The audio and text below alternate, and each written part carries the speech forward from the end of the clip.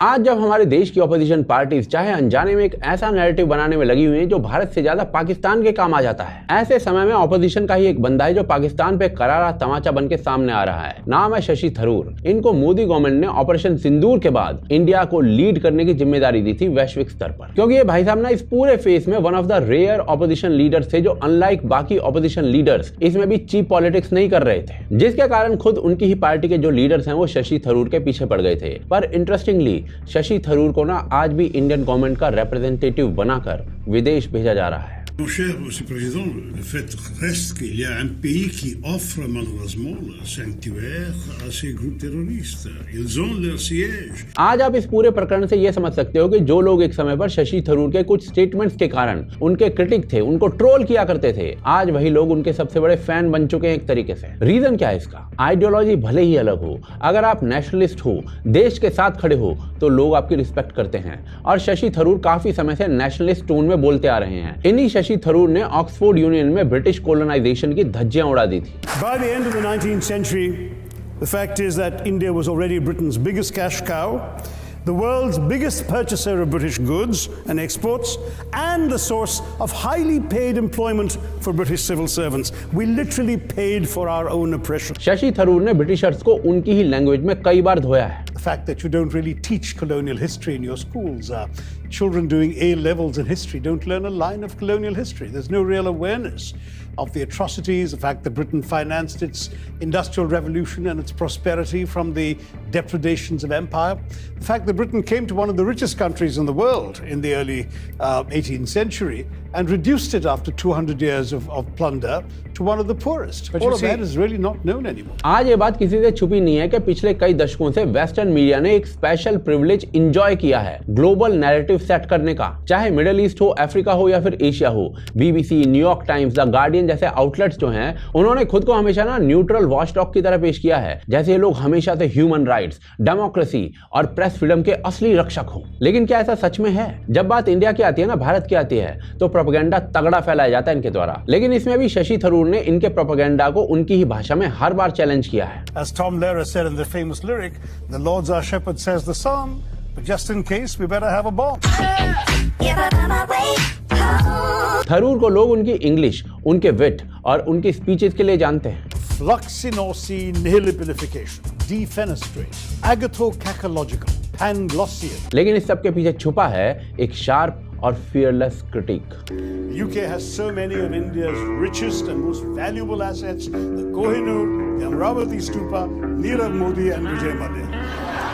And we want all of them back. जब दुनिया भर के जर्नलिस्ट इंडिया पर उंगली उठाते हैं ना, तो थरूर अपने पॉलिटिकल डिफरेंसेस साइड में रखकर हर बार उन्हें उनकी औकात दिखा देते हैं। और शशि थरूर सिर्फ यही नहीं करते, बल्कि याद कीजिए जब सितंबर 2023 में इंडिया और कनाडा के बीच में डिप्लोमेटिक हंगामा हुआ था, कैनेडियन पीएम जस्टिन ट्रूडो कह रहे थे कि भाई इंडिया का जो हाथ है वो खालिस्तानी टेररिस्ट हरदीप सिंह निज्जर के मर्डर में है। वेस्टर्न मीडिया की मशीनरी तुरंत एक्टिवेट हो गई थी, हेडलाइन बनने लगी थी, India behind extra territorial killings. Tharoor ने इस पर खुलकर वेस्टर्न हिपोक्रेसी को एक्सपोज किया था। उन्होंने बीबीसी के एक आर्टिकल का रेफरेंस दिया था जिसमें लिखा था कि एक्स्ट्रा टेरिटोरियल असैसिनेशन सिर्फ रशिया, ईरान और सऊदी अरेबिया जैसे देश करते हैं। थरूर ने ना सार्केस्टिकली पूछा था, are there no mirrors in the west? क्योंकि अगर सच में मिरर देखते ना, तो दिख जाता कि सबसे ज्यादा टारगेटेड किलिंग्स यूएस करता है। ओसामा को पाकिस्तान में किसने मारा? अल बगदादी को सीरिया में किसने मारा? Drone strikes, covert ops, CIA missions, सबका बादशाह तो खुद वेस्ट है। इसके अलावा मई 2025 का एक रीसेंट वायरल मूवमेंट ले लो।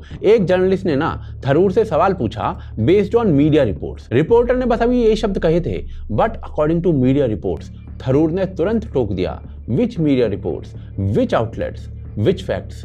Let's be clear. Today, news reports are coming out. On the basis of what? You know, you all went to journalism school. Aren't you supposed to have some basic evidence, facts and figures, who, what, where, why, when, etc.? Tell me who, what, where, why, when, then I'll be... I have not received any communication to this effect. All I'm seeing is media reports. And frankly, if I want to base all my life and all my statements and all my reactions on media reports, I would really not be able to do very much else.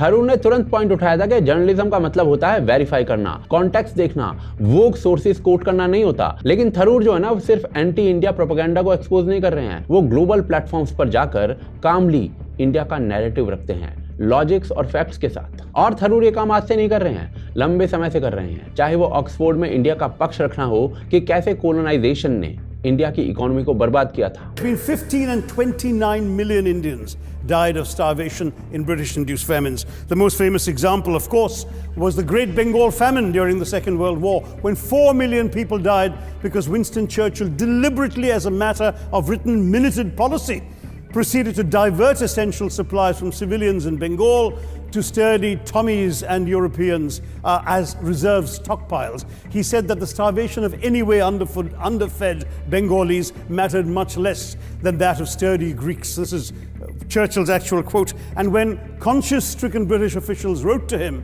pointing out that people were dying because of this decision, he peevishly wrote in the margins of the file, "Why hasn't Gandhi died yet?" So all notions that the British were trying to do their colonial enterprise out of enlightened despotism to try and bring the benefits of colonialism and civilization. उन्होंने अंग्रेजों से अंग्रेजों के देश में ही जाकर India से 200 साल जो उन्होंने लूटा है वो पूरा चुकाने की भी बात कर दी थी। We are not arguing specifically that vast sums of money need to be paid. The proposition before this House is the principle of owing reparations, not the fine points of how much is owed, to whom it should be paid. The question is there a debt? Does Britain owe reparations? As far as I'm concerned, the ability to acknowledge a wrong that has been done, to simply say sorry, will go a far, far, far longer way than some percentage of GDP in the form of aid. What is required, it seems to me, is accepting the principle that reparations are owed. Personally, I'd be quite happy if it was £1 a year for the next 200 years after the last 200 years of Britain and India. Thank you very much, Madam President. वो अलग बात है कि आज इनके खुद के देशों की माँ बहन हुई पड़ी है। They are on the way to become the mini Pakistan of Europe. खैर, शशि थरूर इसके अलावा भी इंडिया के लिए हमेशा से काफी वोकल रहे हैं, चाहे इंडिया पाकिस्तान टेंशन हो, कश्मीर पर सवाल हो या फिर सर्जिकल स्ट्राइक्स हो। As I put it when I explained it to the BBC, I said, look, it's like you spot a burglar in the hedges outside your house, and you go and capture him there or deal with him there, rather than wait for him to shatter your windows and come into your house. We've had a lot of shattered windows in recent years, and we chose at this time that we would hit them before they hit us. Tharoor ने बार बार international journalist को समझाया कि India का response sensibly calibrated है, terrorism के खिलाफ action लेना self defence है। This is a state that sponsors terrorism in the most vile manner, and a response absolutely had to be issued in order to make it clear there's a price to be paid for this kind of conduct. I think the Indian public expected no less, and I believe that what India did was a very sensibly calibrated response, where they were careful, first of all, to avoid collateral damage by striking at night, striking buildings which were known to be headquarters of wanted militant and terrorist groups, most of which have been proscribed by the United Nations Security Council. So these headquarters, known to be in Pakistan, were attacked, but very few casualties amongst the civilian population. एक बार तो अल जजीरा के anchor ने air strikes पर पाकिस्तान का propaganda चलाने की कोशिश की थी, लेकिन शशि थरूर ने उसको पूरी तरीके से धो डाला था। India has no interest in that whatsoever. All India wanted to do was to make it very clear that people from Pakistan can't just come across the border, kill innocent civilians who are just enjoying a tourist holiday and walk back across without having to pay a price for it. So all India did was react in self-defense to a terrorist outrage. And India did so in an extremely careful and calibrated manner, and making sure they struck only known terrorist bases and headquarters, did so only at night when there were likely to be no civilians wandering around the streets. Western media का जो over simplified narrative होता है ना कि India Hindu nationalist बन चुका है, minorities का सप्रेशन हो रहा है, वो थरूर पर अप्लाई नहीं होता, क्योंकि he is not from the Hindu nationalist party, he is from the so called secular party. तो ये लोग जो नैरेटिव तैयार करते हैं ना, उसी नैरेटिव को थरूर तोड़ देते हैं, और इसीलिए आज शशि थरूर जो है इन लोगों की आंखों में खटक रहे हैं। और सबसे मजेदार बात, थरूर ने कई बार कांग्रेस के खिलाफ जाकर बीजेपी की भी तारीफ कर डाली है। उन्होंने मोदी गवर्नमेंट की वैक्सीन मैत्री डिप्लोमेसी की खुलकर सराहना की है, मोदी की यूएस विजिट की भी तारीफ की है, और इसीलिए एक डेमोक्रेटिकली इलेक्टेड सरकार के साथ शशि थरूर के खड़े होने के लिए अब कांग्रेस हाईकमांड जो है वो सोच में पड़ गई है थरूर का क्या करें। पर देखिए अब कांग्रेस क्या करेगी क्या नहीं वो तो वक्त बताएगा, लेकिन इस पूरी चीज में एक मैसेज सिंपल है, आपको हिंदुत्व से एग्री होने की जरूरत नहीं है, बस इंडिया के साथ खड़े हो जाइए, इंडिया का डिफेंस कीजिए। People of India specially Hindus will respect you.